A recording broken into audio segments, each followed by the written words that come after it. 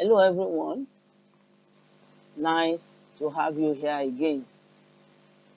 Welcome to the class.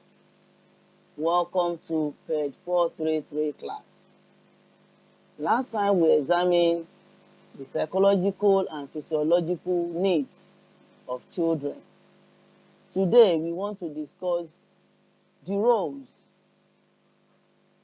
that literature plays to satisfy children's developmental needs. Welcome on board. The role of literature in the development of children are very germane.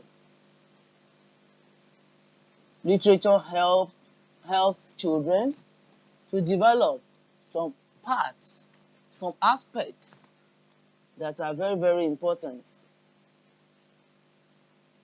Literature helps children to develop good perception. By this, literature provides materials, opportunities, and encouragement for children's intellectual development. The study of literature can be used to extend the range of perception of all senses. That is, literature helps children to develop good sense of sight. It helps them to hear, good sense of hearing, or the ability to listen and interpret what they have heard. It develops perception for taste, for scent, and for touch. So many literature writers insight and interpreting words they use help children to develop some of these things we have mentioned. And children are learned to recognize an ever-extending range of perception and distinction. Part of what literature helps to develop in the child is sensory motor. Literature do make a fundamental contribution by providing sensory motor physical activities through drama to train the body to express itself. Literature helps children to be involved in drama acting, because at times when they read literature books, they will need to carry out some actions, and then by that, their body is involved, and this human body is used to express some of the things that are in the drama books that they have read. Apart from this, literature also helps to train the intellectual ability of the child. Literature trains the child in the logical process, which depends on such things as accurate perception, precision when it comes to language interpretation, the grouping and classification of data, drawing of correct induction and deduction. It helps them to develop good values. It helps them to have good judgment values of various kinds, and also to formulate appropriate course of action. So literature helps children to develop intellectually, and they are able to express themselves in intellectual activities. Another one is emotion. Children are assisted through literature to develop and to train their emotions. It presents us with a wide range of situations and predicaments, which stimulate some kinds of emotion. At times when children read books, you see them expressing their emotion, either by feeling sorry for a character, or either by crying to show that a character has been maltreated. And this enables them to exploit and to develop their feelings in an appropriate, humane way, so that they also will have feelings, their emotion will be trained, so that when they come across things of challenges of life, they will be able to face it, and they will be able to overcome such. So the culture of feeling, literature helps them to develop it. The training of emotion is more frequently associated with study of literature. So literature is a very good way of training children's emotions. Another one is social awareness. Through this, in literature, pupils are able to have comprehensive awareness about other people's culture, about other people's language.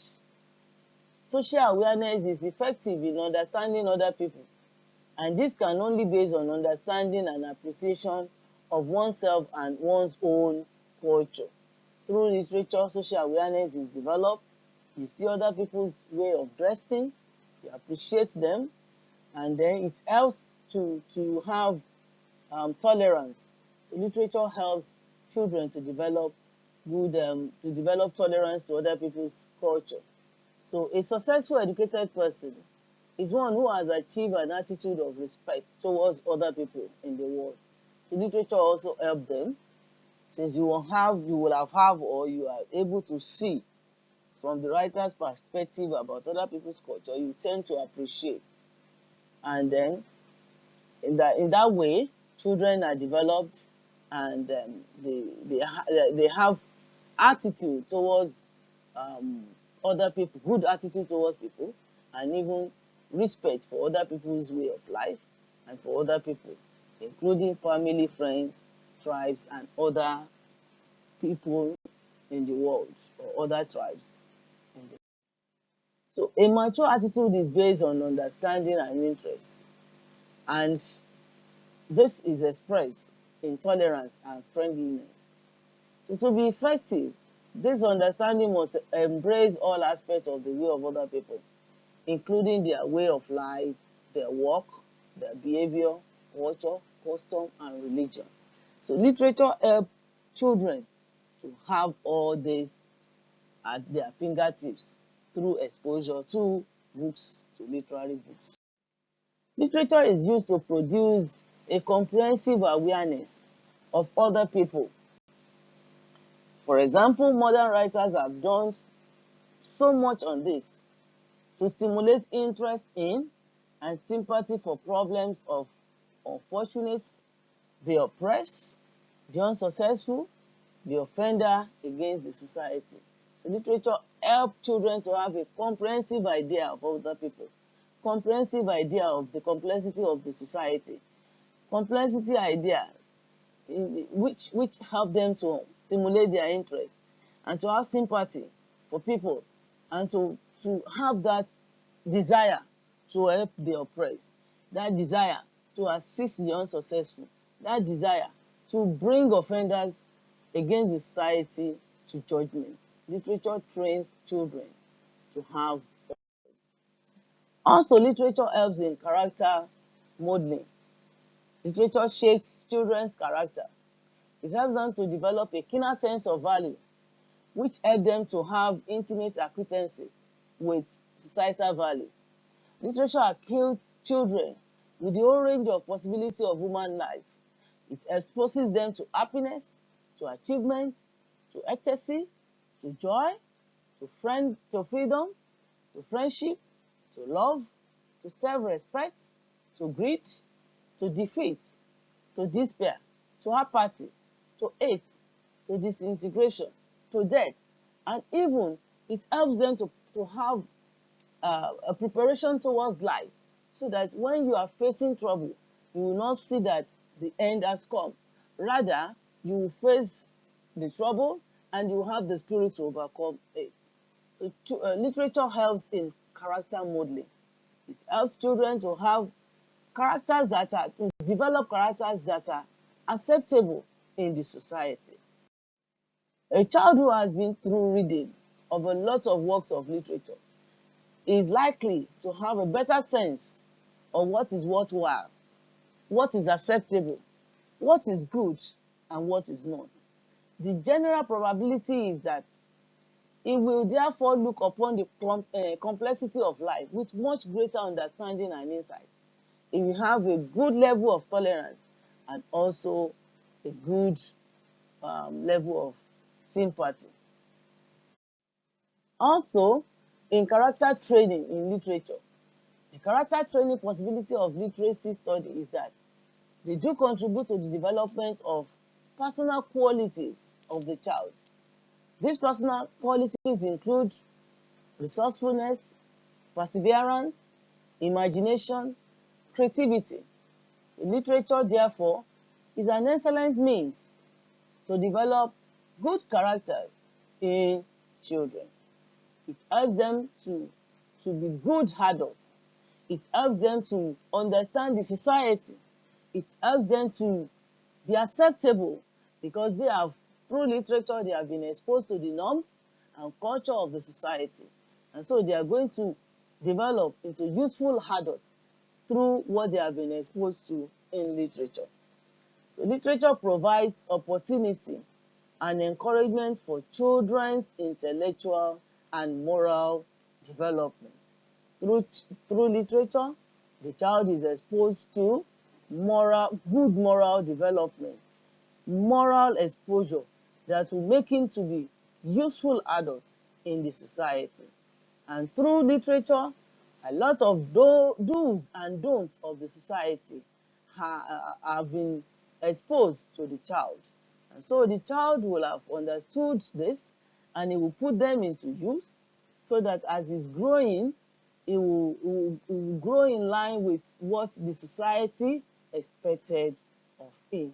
So literature is a very, very important aspect that should be taught, because children tend to benefit a lot from literature classes. So having said that, let's quickly go through and examine the role of literature in meeting children's psychological needs.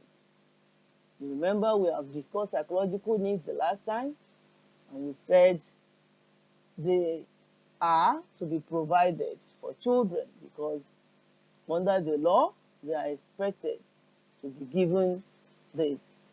For example, children are expected to be loved, they are expected to express their emotion, they are expected to express themselves, and so on. So children are quite different in their psychological makeup, and they develop through fairly distinct stages. For example, a child between 8 and 9 years of age are in autistic stage. At this stage, their imagination are not yet initiated into the world of reality.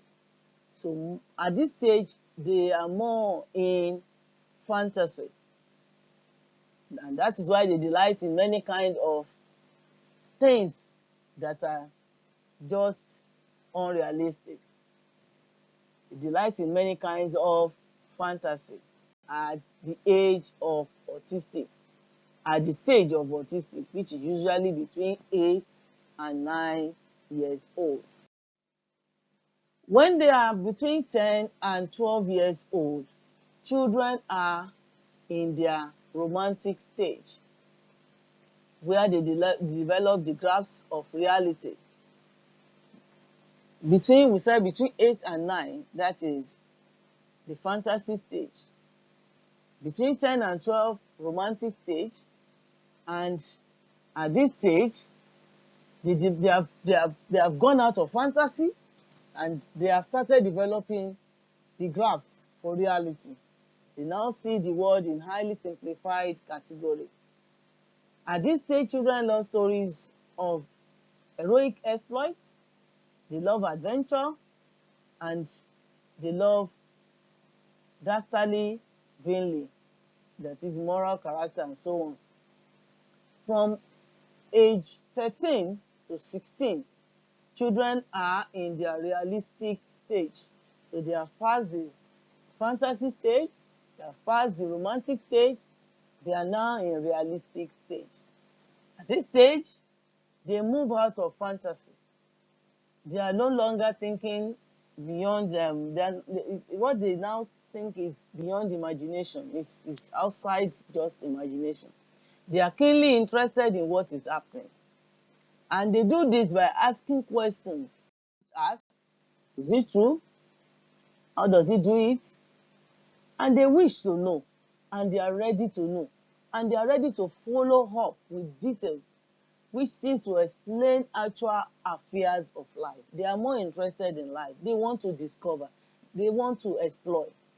And so this stage is very, very important. So from 16 years old, children at this stage are not only interested in practical details, but they are also prepared for the abstract, to generalize, to search for the underlying cause of phenomena, to take moral judgment, and to philosophize. This stage is known as generalizing stage. So they are moving towards adulthood, and so their life psychological stage change from fantasy, from romantic, to a generalizing stage where they see world in a more large form, where they think they are interested in practical details. They want to discover. They want to search underlying cause. They want to know. They want to make moral judgments. They want to philosophize. And they want to explore, to go on discovery. And this stage is known as generalizing stage. These listed stages determine the works of literature that are chosen for children because they affect children's interests, enthusiasm, and affection.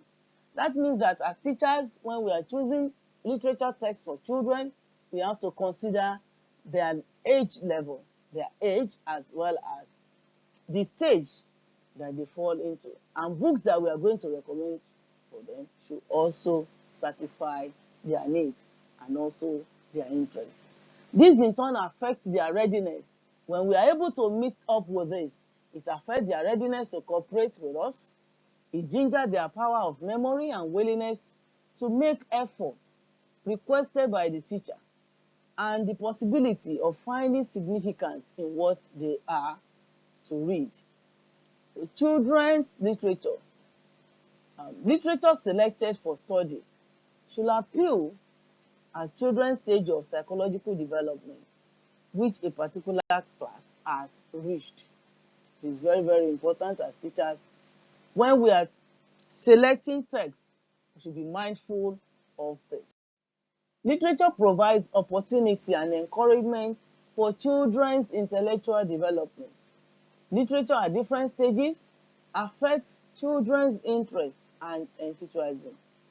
These in turn affect their readiness to cooperate. It affects their power of memory. It affects their willingness to make the effort requested by the teacher, and the possibility of finding significance in what they are invited to read. So when you as teachers, you put this into consideration, you will be able to meet your students' needs in reading activity. Thank you for listening.